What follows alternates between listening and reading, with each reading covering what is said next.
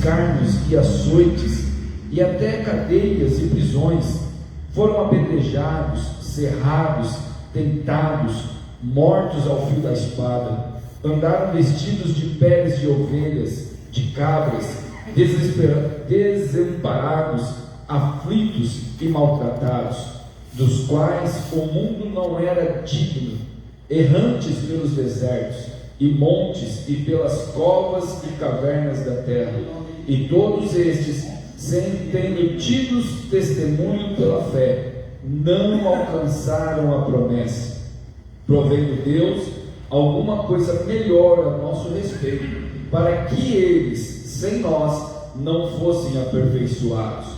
Portanto, nós também, pois que estamos rodeados de uma tão grande nuvem de testemunho, deixando-nos todo o embaraço e pecado que tão de perto nos rodeia, e corramos com paciência a carreira que nos está proposta. Louvado e exaltado é o nome do nosso Salvador Jesus Cristo.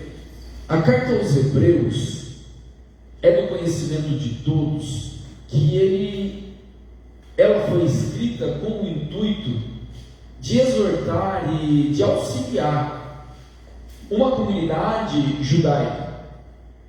No primeiro século, muitas pessoas estavam se convertendo a Jesus Cristo, à fé cristã, andando segundo os preceitos estabelecidos pelo nosso mestre.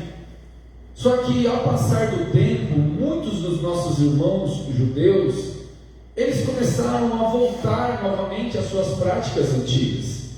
Então, com cuidado e com zelo, o escritor dessa carta, ao qual nós não sabemos quem é, porém nós temos a convicção de quem o inspirou foi o Espírito Santo, ele escreve para trazer à memória e à convicção dos judeus, dos nossos irmãos cristãos daquela época, de que Jesus Cristo, ele é superior a tudo aquilo que eles achavam que era grande. Jesus, segundo o escritor aos Hebreus, mostra que Jesus é superior aos anjos, é superior à lei, é superior a Moisés, é superior ao sacerdócio, é superior a tudo quanto foi estabelecido, porque em Jesus a plenitude da salvação foi encarnada no seu corpo. E o escritor mostra de que era necessário que Jesus morresse, que Jesus também ressuscitasse, para que tudo em Jesus se cumprisse, e que hoje Jesus está à destra do Pai até o tempo determinado por Deus, pronto para vir buscar a sua igreja. Então o escritor aos Hebreus começa a mostrar todas essas ênfases para que os irmãos pudessem lembrar de tudo aquilo que eles tinham aprendido, e que com o passar do tempo, de alguma maneira, eles estavam vacilantes e estavam voltando às suas velhas práticas. Muitos dos nossos irmãos já estavam sacrificando novamente para glorificar a Deus, sendo que em Jesus todo o sacrifício foi completo. Os nossos irmãos estavam voltando a práticas ritualistas, sendo que em Jesus tudo estava cumprido. Então o escritor dos Hebreus tem essa dinâmica e esse cuidado de lembrar os nossos irmãos que tudo está cumprido. Agora o que nos basta é ter fé na obra perfeita desse Cristo que morreu e ressuscitou. Que nós não temos mais que voltarmos às nossas práticas, mas que nós devemos de caminhar avante até a vinda de nosso Senhor e Salvador Jesus Cristo. E quando nós chegamos no capítulo de número 11, que é um dos capítulos mais sublimes dentro dessa carta, todos são, mas essa daqui enfoca testemunhas, mostra para nós características de pessoas que passaram por aflições que estamos passando, ou muito piores, passaram por aflições e escárnios que talvez hoje nós fugiríamos, mas eles, não vacilantes na fé, permaneceram e hoje são encontrados dentro dessa galeria dos heróis da fé. Nós lemos no capítulo 12 que, portanto, nós estamos rodeados de uma tão grande nuvem de testemunho. E a pergunta que eu faço é: Qual é essa grande nuvem de testemunho? Muitas das vezes nós poderemos aplicar essa nuvem de testemunhas para o mundo que está olhando para nós. E numa aplicação pessoal, podemos entender que é cabível, porque realmente o mundo está olhando para a igreja para ver os nossos passos. O mundo torce por duas coisas em relação à igreja: torce para que a igreja caia ou torce para que a igreja triunfe. Porque o mundo está olhando para nós para extrair de nós aquilo que nós falamos que temos que fazer. Não é à toa que somos chamados de cristãos, porque o cristão imita o Cristo. Somos pequenos Cristos, somos a imagem de Cristo, a semelhança de Cristo. Aquilo que Cristo faz, nós também devemos de fazer. E nessa maneira, quando o mundo olha para nós, sem conhecer verdadeiramente Cristo, mas em nós, eles veem a glória de Deus refletindo de nós.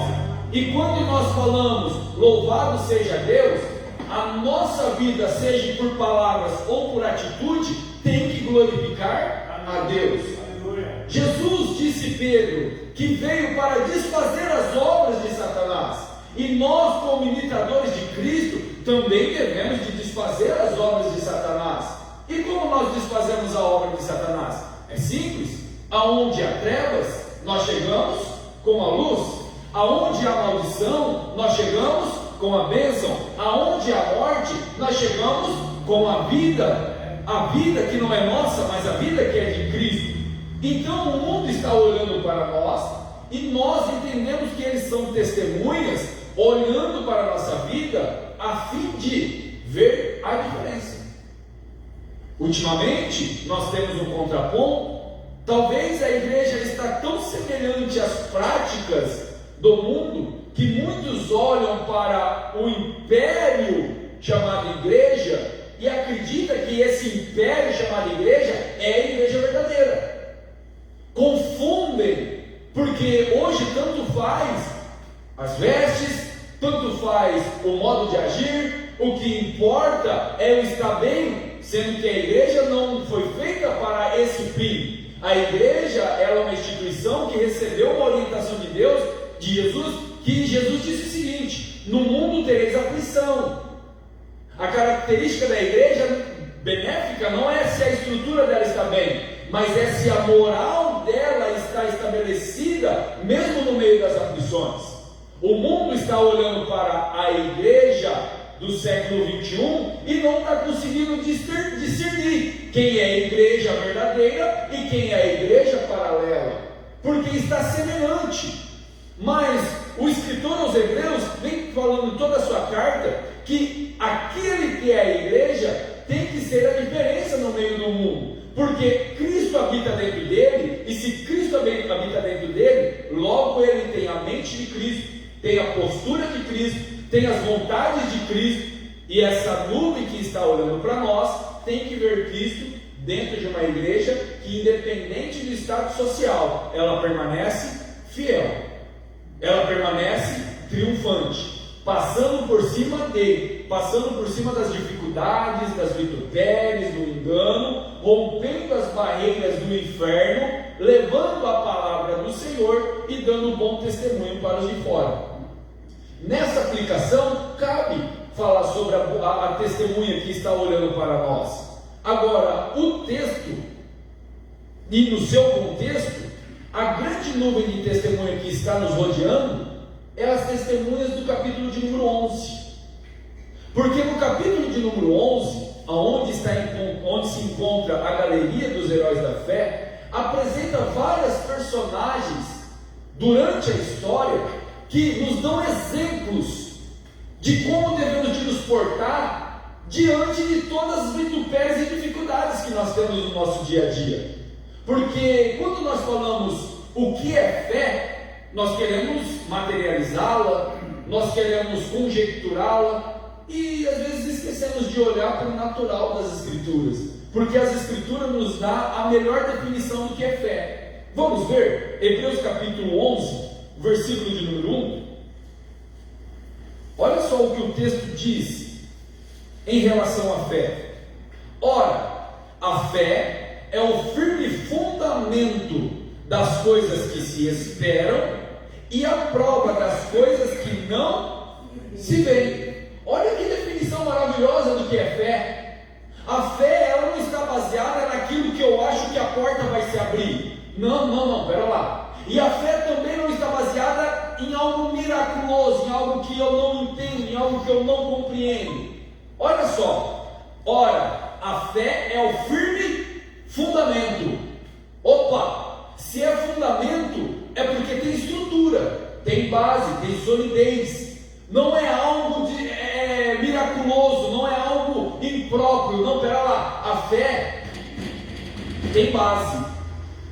Por quê? A fé da igreja não está no misticismo, e nem na porta aberta, e nem no milagre da cura. A nossa fé está na base eterna, que é Cristo Jesus.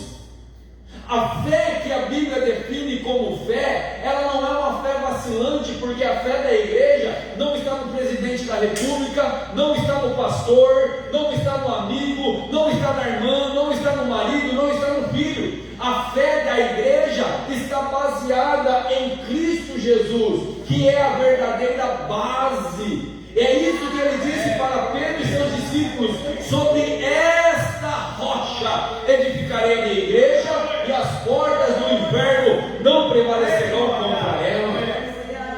Então entenda que a nossa fé não é vacilante e nem miraculosa, porque existe esperança. Olha o finalzinho, a parte B.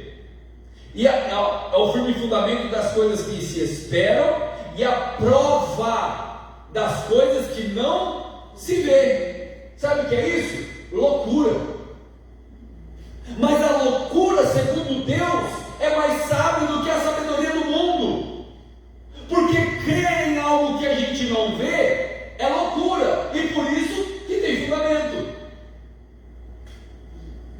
Porque nos dá esperança. Como diz o escritor aos Hebreus, como eu vou esperar algo que eu já vi? Se eu espero em algo que eu já vi, já não é esperança. Mas se eu tenho esperança, é naquilo que eu não vi. E a fé da igreja é aquela coisa que excede o entendimento, porque o amor de Deus nos constrange de tal maneira que nós cremos em algo que nós não vemos, mas nós estamos prontos, se preciso for dar a nossa vida, mas não negar essa verdade. E isso é loucura para o mundo, mas para nós é poder e glória de Deus. E é nesse sentido que nós lemos aqui no capítulo de número 12, a fé no meio da tribulação. Nós vimos os nossos irmãos que apagaram a força do fogo, nós vimos os nossos irmãos que tiraram força da fraqueza, nós vimos os nossos irmãos que optaram não salvar a sua vida. Para quê? Para que de alguma maneira pudesse receber um corpo glorificado numa ressurreição melhor. Então a fé e a esperança caminham juntas.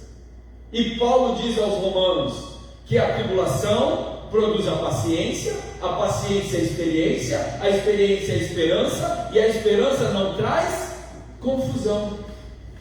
Então a nossa fé, ela tem um fundamento, ela tem uma prova e ela tem convicção, porque por ela quem? Verso de número 2: pela fé os antigos alcançaram testemunho. Pela garantia e a fé sólida nas promessas de Deus, hoje nós estamos falando deles aqui. Hoje nós vamos ver aqui ainda sobre Abel, sobre Enoque, sobre Abraão, sobre Moisés. Por quê? Porque eles se mantiveram fiéis na fidelidade, não dando barda aos seus desejos, mas se mantendo fiel à promessa que Deus tinha feito por eles. E hoje eles servem de testemunhas para nós. Às vezes nós não entendemos como devemos de fazer, mas a Bíblia está aqui nos explicitando tudo aquilo que devemos de andar, de como devemos de andar, como devemos de nos portar. E olha só o verso de número 4, porque aqui a partir do verso de número 4 nós vamos olhar para os feitos dos nossos irmãos do passado e vamos examinar a nossa vida para ver se estamos fazendo igual a eles, porque eles sim são a grande nuvem de testemunha que nos rodeia. Nós temos testemunhas de de que andaram pela fé e foram vitoriosos. E através deles nós vamos entender como devemos de andar para também sermos vitoriosos em Cristo Jesus. Pela fé, Abel ofereceu a Deus maior sacrifício do que Caim, pelo qual alcançou o testemunho de que era justo, dando Deus testemunho dos seus dons, e por ela, depois de morto, ainda fala. A fé de quem adora. Abel é a explicitação daquele que adora a Deus, independente de quem está do seu lado, independente da sua influência, porque eles eram irmãos. Um ofertou, Deus rejeitou, porque Deus conhece e sonda qual é a intenção do coração. Porque aos nossos olhos, a oferta de Caim, ela tinha mais valor do que a oferta de Abel. Aos olhos natural, talvez nós podemos dar mais valor à oferta que Caim deu do que a de Abel, porque talvez a de Caim poderia estar mais pomposa. Há muita conjectura falando que Caim foi lá e ofertou fruto podre, não sei. Gente, tudo isso é balela, a Bíblia não fala nada disso. A Bíblia fala que ele foi e ofertou, porque Deus não está preocupado com aquilo que está oferecendo a ele, Deus está preocupado com aquilo que está no coração. O que Jesus disse para a mulher samaritana? Mas Jesus, os nossos pais dizem que é no monte que nós devemos de orar. Os judeus dizem que é no templo. E aí, aonde é? Jesus disse para ela: minha querida, já chegou o tempo, que não é nem no monte e nem no templo, mas é em verdade e em espírito, porque Deus procura assim os que o fazem. Eu posso pular, eu posso girar, eu posso dar cambalhota, eu posso bater palma, eu posso oferecer R$1 milhão para Deus, mas se dentro do meu coração não tiver sinceridade, Deus vai rejeitar. Deus vai rejeitar. E Abel nos mostra aqui que a fé, ela vem entrelaçada com a adoração. A fé de quem adora, e até depois de morto, disse o texto, ainda fala. Porque diante de Deus é levantado um memorial de tudo quanto nós fazemos em sinceridade diante dele. Deus não é homem para que minta, e nem filho do homem que se arrependa. Jesus Cristo disse: está comigo o meu galardão, sejam firmes e constantes, sempre abundantes na minha obra, porque o vosso galardão não é vão no Senhor. Independente se eu recebo aqui ou se eu recebo acolá, o importante é fazer em espírito e em verdade. E adorar a Deus não é somente nessa casa. Adorar a Deus é no mercado, é na rua, é no banco, é na igreja, é na casa, é na escola, é em qualquer lugar, é no lugar mais oculto. É Deus olhar para isso, sondar o nosso coração e saber qual é a intenção dele. E mesmo quando você esteja só, de maneira nenhuma você está só, porque aquele que é trino, Pai, Filho e Espírito Santo, está juntamente conosco, e o nome dele é glorificado através de nossas vidas. Verso de número 5: e pela fé, Enoque foi trasladado para não ver a morte, e não foi achado, porque Deus o trasladara, visto como, antes da sua transladação, alcançou o testemunho de que agradara a Deus. Ora, sem fé é impossível agradar-lhe, porque é necessário que aquele que se aproxima de Deus creia que ele existe e que é galardoador dos que o buscam. A fé de quem anda com Deus. Enoque, ele nos apresenta uma fé que ultrapassa as barreiras, porque antes de ele ser trasladado, ele já estava dando testemunho de que ele era um servo de Deus. E a transladação de Enoque simboliza para nós a nossa subtração, a nossa retirada. Ainda não, mas ele simboliza a nossa individualidade, a nossa tomada individual com Deus. Por que, pastor? Pode ser que eu chegue ali naquela rua, ou eu não chego ali naquela porta, e me dá um ataque fulminante e eu morra. E a pergunta é: a minha fé está igual a de Enoque? andando com Deus? Ao ponto de a qualquer momento eu ser subtraído dessa terra, sem ter um arrebatamento coletivo? Será que eu estou preparado para morrer hoje e estar com o Senhor nos ares? Porque o que Enoque nos ensina é isso, que antes dele ser subtraído, antes dele ser transladado, ele já dava testemunho de que era um homem de Deus.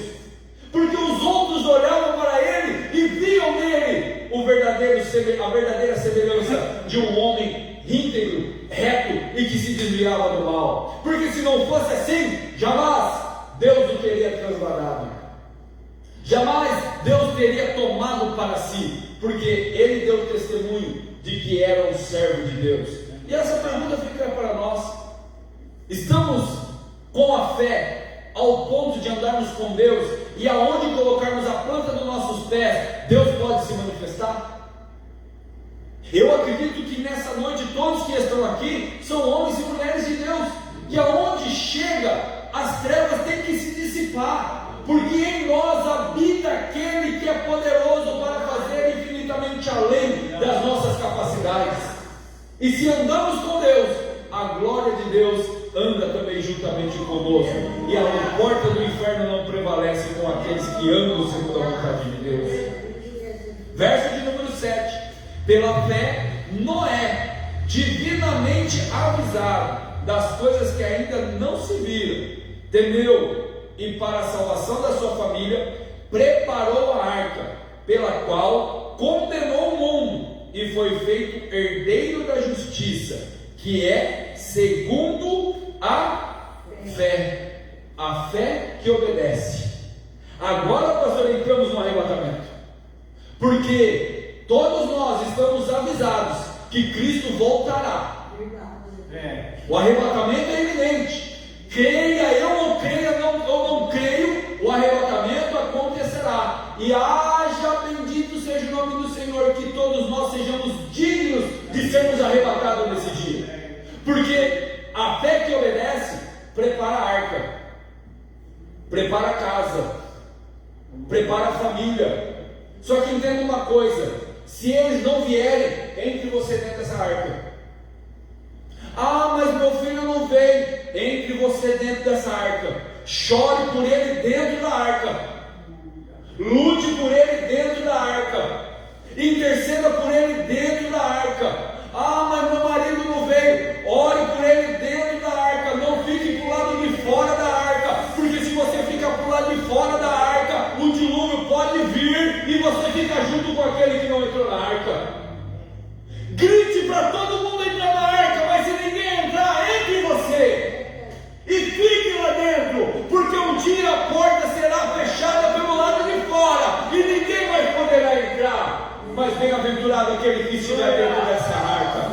A fé de quem obedece. Ore, interceda, dê bom testemunho, chore, gema por aquele que não entrou na arca, para que ele possa entrar dentro dessa arca. Mas se não entrar dentro dessa arca, chore lá dentro, porque quando a porta fechar, ai daquele que ficar. Então nós temos que ter a fé que obedece, porque Jesus disse: na volta dele será semelhante aos dias de Noé. Casavam, davam-se em casamento, comiam, bebiam, se divertiam, até que chegou o dilúvio. Brotou água da terra, precipitou água do céu, e quando bateram a porta da arca, já estava fechada. E Jesus olhando para fora e falando: apartai-vos de mim, porque eu não vos conheço. Que Deus possa achar guarida em nosso coração, e que nós possamos ser obedientes ao ponto de estar preparando a nossa arca, betumando a nossa arca, construindo, lapidando, segundo a ordenança de Deus, a nossa trajetória por essa terra, porque o fim vem, e ai daquele que ficar.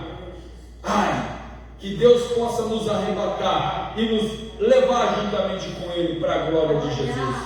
Verso de número 8: pela fé, Abraão, sendo chamado, obedeceu, indo para um lugar que havia de receber por herança, e saiu, sem saber para onde ia. Pela fé, habitou na terra da promessa, como em terra alheia, morando em cabanas com Isaac e Jacó, herdeiros com ele da mesma promessa. Fé que confia. Porque será que se nós estivéssemos no lugar de Abraão, ou tivéssemos recebido a mesma chamada de Abraão, será que fazíamos com a mesma confiança que Abraão fez? Porque depois que conhecemos a história, é fácil falar que faríamos. Mas o problema é, e se nós não conhecêssemos a história de Jacó, de Abraão e de Isaac, será que faríamos igual a ele? Porque falar que faço conhecendo é fácil. Agora fazer sem conhecer, aí que é o difícil. Não é à toa que Abraão é chamado de pai da fé. Porque ele creu sem saber o que estava acontecendo, mas ele confiou na voz que tinha o chamado e partiu, sem olhar para trás. Será que nós temos a fé de Abraão? A fé que confia quando Deus fala, descansa o teu coração porque eu estou no controle? Ou queremos nos precipitar e agirmos com antecedência à vontade de Deus? E quando dá errado, nós falamos, Deus não me ama. Será que é Deus que não nos ama, ou é nós que não temos a fé de Abraão que confia naquele que nos chamou? Porque disse Paulo aos Colossenses, Deus já nos transportou das trevas para o reino do Filho do seu amor. Hoje já não habitamos mais em trevas, hoje nós habitamos no reino. Cristo já habita dentro de nós. E eu acho que eu disse isso domingo, mas vale a pena repetir. Como cristão, o diabo já não faz mais ciranda. Não é o inimigo, não é o diabo, não é o demônio que faz eu fazer tal coisa, porque Cristo já habita em mim. Se eu peco hoje, é por desvio de caráter, não por causa do diabo que habita em mim, mas é porque eu desviei o meu caráter de Cristo e fiz a minha vontade. Aí temos a enlouquecedora mania de colocar a culpa no nosso adversário. O nosso adversário muitas das vezes nos coloca o prato, mas quem pega lá com a mãozinha sou eu. Antes de eu conhecer a Cristo, tudo bem, era o demônio que me impulsionava a fazer aquilo, porque ele habitava em mim. Mas se hoje o Espírito Santo habita em mim, eu vou colocar a culpa em quem no meu pecado? Em Deus? Do que se queixa um homem? Se queixa dos seus próprios pecados, porque é nós que desviamos o nosso caráter, perdemos a confiança naquele que nos chamou. Mas Abraão, ele não se desviou no meio da sua parentela, ele não se desviou no meio da idolatria, ele não se desviou no meio da guerra, foi fiel a Deus em todos os seus passos. Errou sim, pecou, teve desvio de moral, teve muitas coisas, mas ele nos serve como exemplo, porque em tudo ele reconheceu suas falhas, os seus erros, e Deus, por sua misericórdia, honrou a promessa que tinha feito com ele, porque Deus mostrou para Abraão que confiar nele vale muito mais do que confiar na força do nosso braço. Maldito o homem que confia no homem. Esse maldito homem que confia no homem não é eu confiar no pastor José Luiz, não é esse o princípio. Maldito o homem que confia na força do seu próprio poder, porque com o seu tempo ele corromperá, ele vai se corromper, e se corrompendo o homem, só cabe a destruição. Porque em Cristo Jesus temos a fé de Abraão, que rompe a incredulidade, a dúvida, e permanecemos com confiança junto com Deus, para a glória e exaltação do nome dele. Verso de número 10, verso de número 11. Pela fé, também a mesma Sara recebeu o poder de conceber e deu à luz já fora de idade.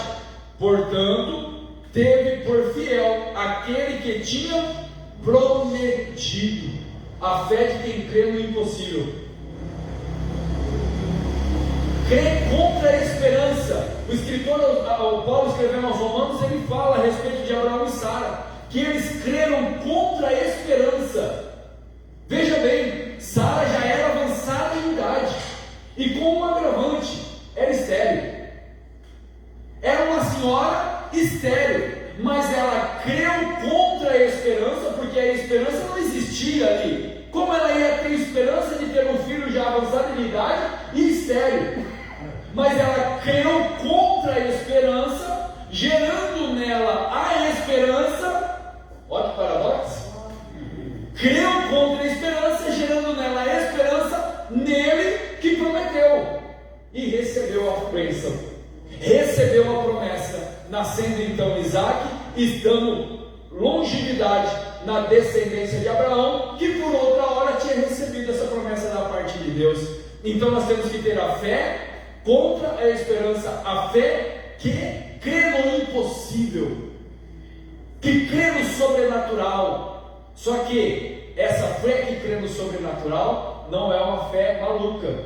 Ela creu porque ela tinha recebido uma promessa de Deus lá atrás com Abraão. Então a fé dela não era alucinada, era uma fé com base, tinha fundamento. Que essa fé, quando pedimos por uma cura, quando pedimos por um milagre, não venha a ser uma fé desenfreada, mas venha a ser uma fé com confiança naquele que nos chamou e nos colocou aqui nessa noite para a glória e louvor do seu santo e glorioso nome. Verso de número 22, vamos dar um salto aqui. Pela fé, José, próximo da morte, fez menção da saída dos filhos de Israel e deu ordem acerca de seus ossos. 2 pontos. A primeira fé de José é a fé que foge. Doideira, né? A fé que foge, a fé que escolhe fugir. Quando é que José escolheu fugir? Diante da mulher de Potifar, do assédio. Irmãos, acredite, às vezes, dependendo da situação, você demonstra a sua fé quando você foge do ambiente, porque tem ambiente que ele vai te tentar para a morte, e não adianta você querer resistir naquele ambiente que talvez você possa cair para a morte. Paulo, ele diz: se abstenha da aparência do mal, porque a aparência do mal é irresistível. Satanás, ele sabe aonde nos enganar. É aqui que nós nos enquadramos quando o Tiago diz: ninguém sendo tentado diga, de Deus sou tentado, porque Deus não pode tentar a ninguém, porque ele não pode ser tentado para o mal, mas todos são enganados, iludidos, ludibriados por aquilo que deseja. Quando eu desejo, o diabo me coloca na frente aquilo que eu desejo. E uma vez eu com desejo, eu vou lá e pego aquilo que eu desejo. Uma vez que eu peguei aquilo que eu desejo, eu consumo aquilo que eu desejo. Uma vez eu consumindo aquilo que eu desejo, eu dou a luz ao pecado. O pecado sendo consumado gera a morte. Olha que consequência.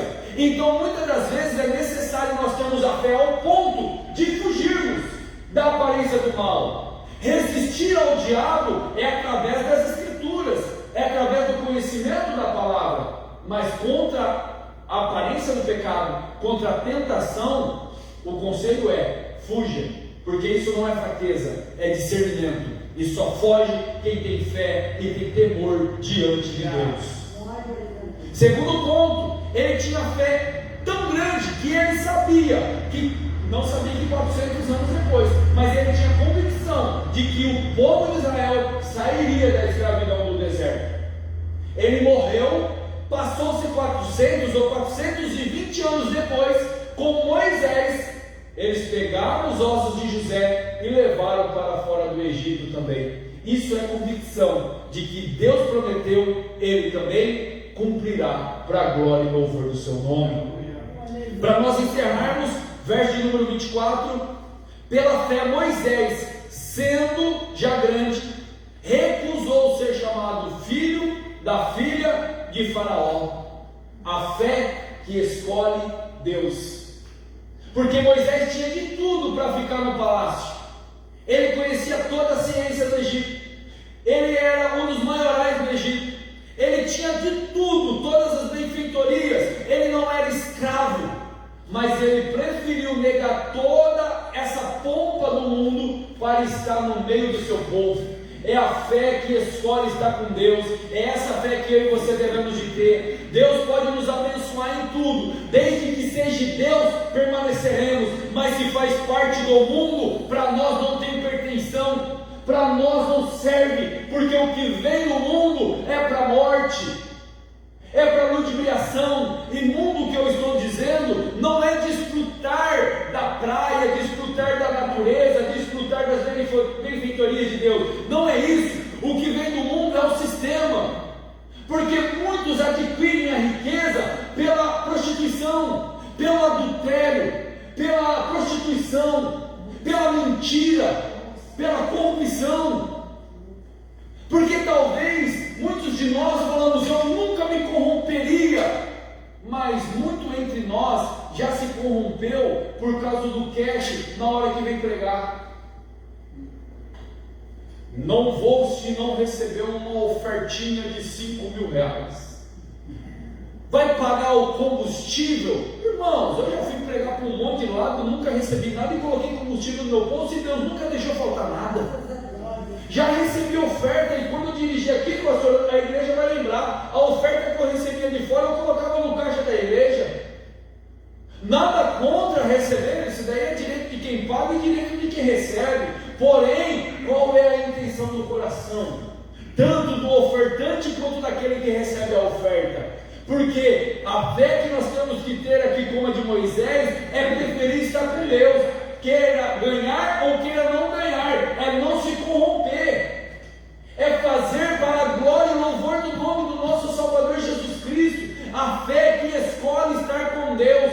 Todo homem é digno, sim, mas maior é estar com Deus do que ter aquilo que pode me ludibriar, do que pode corromper a minha fé. Porque muitos começaram bem, mas não entenderam a fé de Moisés, e hoje se corromperam e estão perdidos, andando no meio da igreja. Ó, perdidos, andando no meio da igreja. Tem nome de que vive, mas está morto. Que Deus nos guarde e que não deixe-nos avançar, se um dia nós formos corromper a nossa fidelidade a Ele. Que Deus nos mantenha na porção costumeira. Eu acho que essa oração da Bíblia, que é do profeta Agur, é uma das orações mais inteligentes da Bíblia, pastor. Que ele fala assim: ó, Deus, não me dê a riqueza para que eu não venha me ensoberbecer, mas também não me dê a pobreza para que eu não venha ter que roubar, mas me mantenha na porção costumeira. É aquilo que eu necessito. Se eu for para ter abundância, que seja na presença de Deus. Que se for para mim ter escassez, que seja na presença de Deus. Mas Senhor, me mantenha suprido de todas as minhas necessidades, para que eu possa lhe servir com gratidão, com harmonia, com gratidão e gozo na alma. Essa é a oração que nós temos que fazer. Que seja feita a vontade de Deus na nossa vida. E encerramos aonde nós lemos, a partir do verso de número 32. Nós vimos todos os nossos irmãos o que passaram. Sabe qual é esse tipo de fé? A fé na tribulação, acima das circunstâncias. Lembra de domingo? Paulo estava preso, mas ele falou o que para a igreja de Filipos? Alegrai-vos. Passa por cima da circunstância, passa por cima da angústia, passa por cima da tristeza, porque a mágoa, ela pode brecar a nossa alegria, ela pode brecar. E sabe uma coisa que eu aprendi?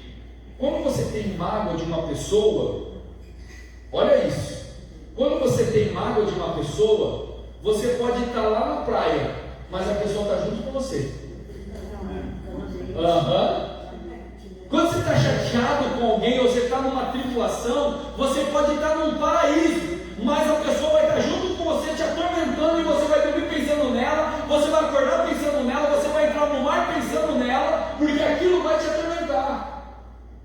Olha, os nossos irmãos passaram por todas as tribulações, por todas as dificuldades, mas todos eles romperam todas essas coisas que poderiam de alguma maneira apagar a sua fé. Então não deixe a angústia, não deixe a miséria, não deixe a doença, não deixe a tribulação, não deixe nada te apartar de Deus, mas mantenha a fé no meio da tribulação, da angústia e da escassez, que ao seu tempo Deus proverá todas as nossas necessidades e logo logo estaremos com Ele nas mansões celestiais, recebendo o nosso corpo glorificado, recebendo o nosso galardão e estaremos com Ele por toda a eternidade, em nome do Senhor Jesus. Amém, meus irmãos, minhas irmãs? Vamos colocar de pé, só para eu fazer a sua oração e já passo aqui para o pastor Isidio, agradecendo pela sua vida e pela humildade, por essa confiança, em nome de Jesus. Senhor, diante da tua glória e da tua presença, nós te louvamos e te exaltamos por mais essa oportunidade ao qual o Senhor tem nos dado, de estarmos diante de ti. Senhor, aumenta, Senhor, em nós a fé necessária, meu Pai, porque nós sabemos que a fé, assim como Jesus nos ensinou, é como do tamanho de um grão de mostarda.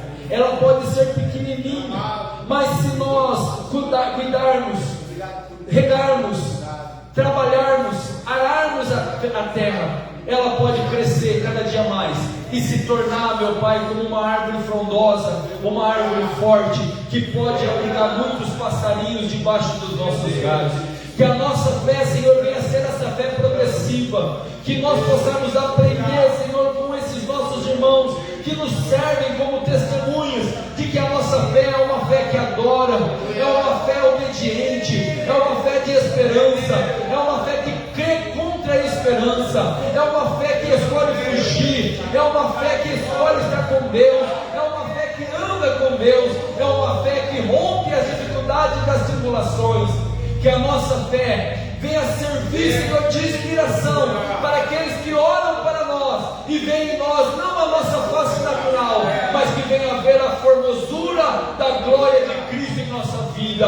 Quando nós dermos de topa contra as dificuldades, nós possamos ter a nossa fé e tirar do meio da fraqueza a força, e o seu nome possa ser glorificado. Que haja fé em nossos passos, que haja esperança na nossa vida, e que todas as coisas nós possamos fazer para a glória e louvor do teu nome. Senhor, que naquele dia nós possamos nos acharmos dignos de sermos arrebatados contigo e nos encontrarmos com o Senhor nos ares. Essa é a nossa esperança, essa é a nossa convicção, essa é a nossa base e essa é a nossa vida para a glória e louvor do seu nome. Nós te louvamos e te agradecemos no nome do Senhor Jesus, e todos que crêem, digam comigo amém. Amém. Glória a Deus. Que Deus abençoe em nome de Jesus. Aleluia. Poder sentar um pouco, graças a Deus por essa palavra.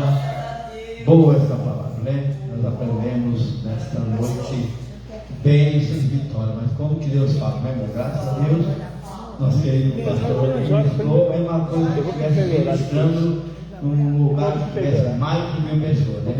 É isso que é importante, que ministra a palavra